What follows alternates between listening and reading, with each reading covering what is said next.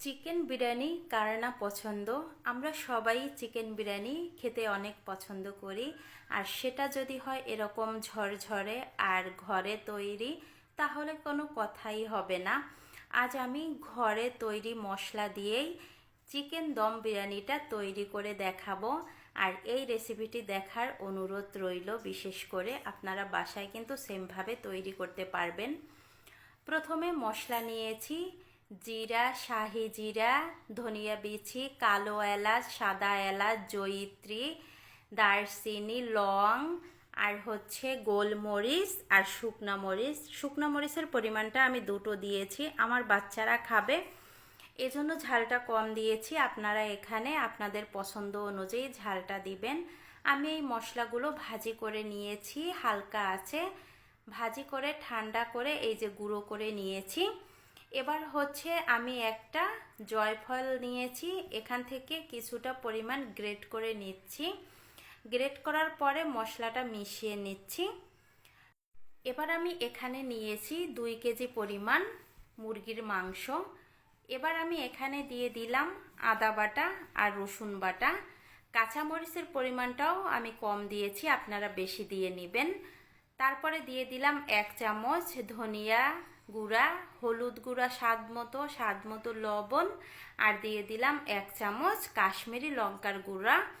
এবার দিয়ে দিলাম তেল। আমি যে তেলে পেঁয়াজ বেরেস্তা ভাজি করেছি সেই তেলটাই দিয়েছি। তারপরে এখানে দিয়ে দিলাম পেঁয়াজ বেরেস্তা।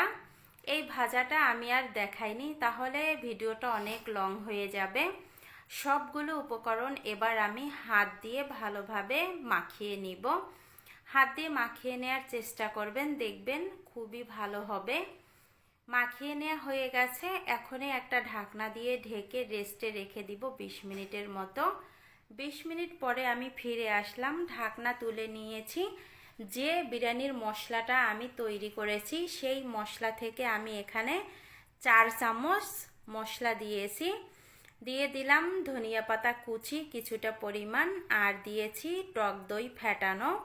এখানে আপনারা চাইলে পুদিনা পাতা কুচি করে দিতে পারেন, আমার কাছে নেই তাই আমি দেইনি। এখন এই উপকরণগুলো আবারও ভালোভাবে মিশিয়ে চলে যাব চুলায় রান্না করার জন্য। আমি এই কড়াইতেই পেঁয়াজ বেরেস্তা করেছিলাম, সেই কড়াইতে কিছুটা পরিমাণ তেল দিয়েছি। তেলটা দিয়ে গরম করে নিয়েছি। এখন ম্যারিনেট করা মাংসগুলো দিয়ে দিলাম তেলের মধ্যে, দিয়ে এবার আমি জাল করে নিব। মাংসগুলো প্রথমে আমি হালকা আঁচে একটু কষিয়ে নিচ্ছি ঢাকনা ছাড়া। এবার একটা ঢাকনা দিয়ে ঢেকে আমি 4-5 মিনিট কষিয়ে নিব। এর মাঝে আমি এখানে বাসমতি চাল নিয়েছি 500 গ্রামের মতো। এই চালটা এবার ধুয়ে নিব। ধুয়ে তারপরে হচ্ছে জল দিয়ে ভিজিয়ে রেখে দিব মাংস হওয়া পর্যন্ত। এদিকে আমি 5 মিনিট পরে ঢাকনা তুলে নিয়েছি, মাংসগুলো একটু নেড়েচেড়ে দিচ্ছি। দেখেন কতখানি জল গলেছে, আর এই মাংসটা রান্না করার ক্ষেত্রে কোনো জল ব্যবহার করা যাবে না।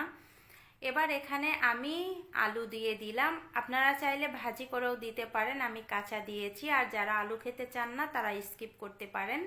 এবার ঢাকনা দিয়ে ঢেকে আমি আরও প্রায় 20 মিনিটের মতো মাংসটা জাল করে নিয়েছি। মাংসটা রান্না হয়ে গেছে, এখন আমি গ্যাসটা বন্ধ করে দিব। দেখেন এবার কিন্তু শুধু তেল ভেসে উঠেছে আর মশলাটা নিচে আছে।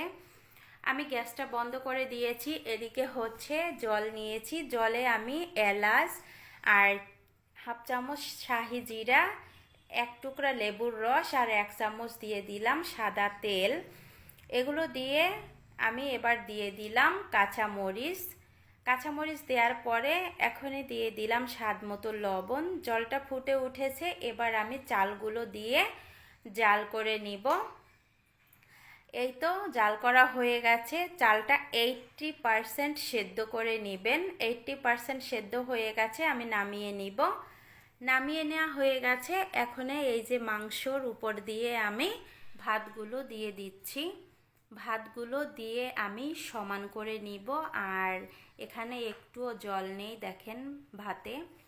এবার আমি এই যে মিশ্রণটা দিচ্ছি, এই মিশ্রণের ভিতরে দুধ আর একটু ফুড কালার দিয়েছি, ইয়েলো কালারের কেওড়া জল, গোলাপ জল দিয়ে আমি মিশিয়ে নিয়েছিলাম, সেটা দিয়ে দিলাম। তারপরে 2 চামচ ঘি দিয়েছি, 1 চামচ বিরিয়ানির মশলা দিলাম, আর পেঁয়াজ বেরেস্তা দিয়ে দিচ্ছি উপর দিয়ে। তারপরে হচ্ছে এখানে ধনিয়া পাতা কুচি দিলাম, দিয়ে একটা ঢাকনা দিয়ে ঢেকে আরও 5টা আমি আটা দিয়ে আটকিয়ে দিব, যাতে একটুও ভাপ না বের হতে পারে। আমি আটকিয়ে নিয়েছি। এবার একটা তাওয়া দিয়ে তাওয়ার উপরে একেবারে লো হিটে জাল করে নিব আমি 30 থেকে 40 মিনিট। এখানে একটা ছিদ্র ছিল, সেটাও আমি আটকিয়ে দিয়েছি। এই তো 40 মিনিট পরে ফিরে আসলাম। এখন এই যে আটার মিশ্রণটা খুলে নিতে হবে। খুলে নেওয়া হয়ে গেছে। এখন আমার বিরিয়ানিটা একদম রেডি। আমি একটু দেখাচ্ছি যে কতটা ঝরঝরে হয়েছে, একেবারে পারফেক্ট বিরিয়ানি। চাইলে আপনিও বাসায় এভাবে তৈরি করে নিজেও খেতে পারেন, পরিবারের সবাইকে খাওয়াতে পারেন, সবাই কিন্তু খুশিই হবে। আমি একটা প্লেটে সার্ভ করে নিচ্ছি কিছুটা পরিমাণ। এই দেখেন চালগুলো মানে ভাতগুলো কতটা ঝরঝরে হয়েছে। ভিডিওটা আমি এখানেই এন্ড করলাম।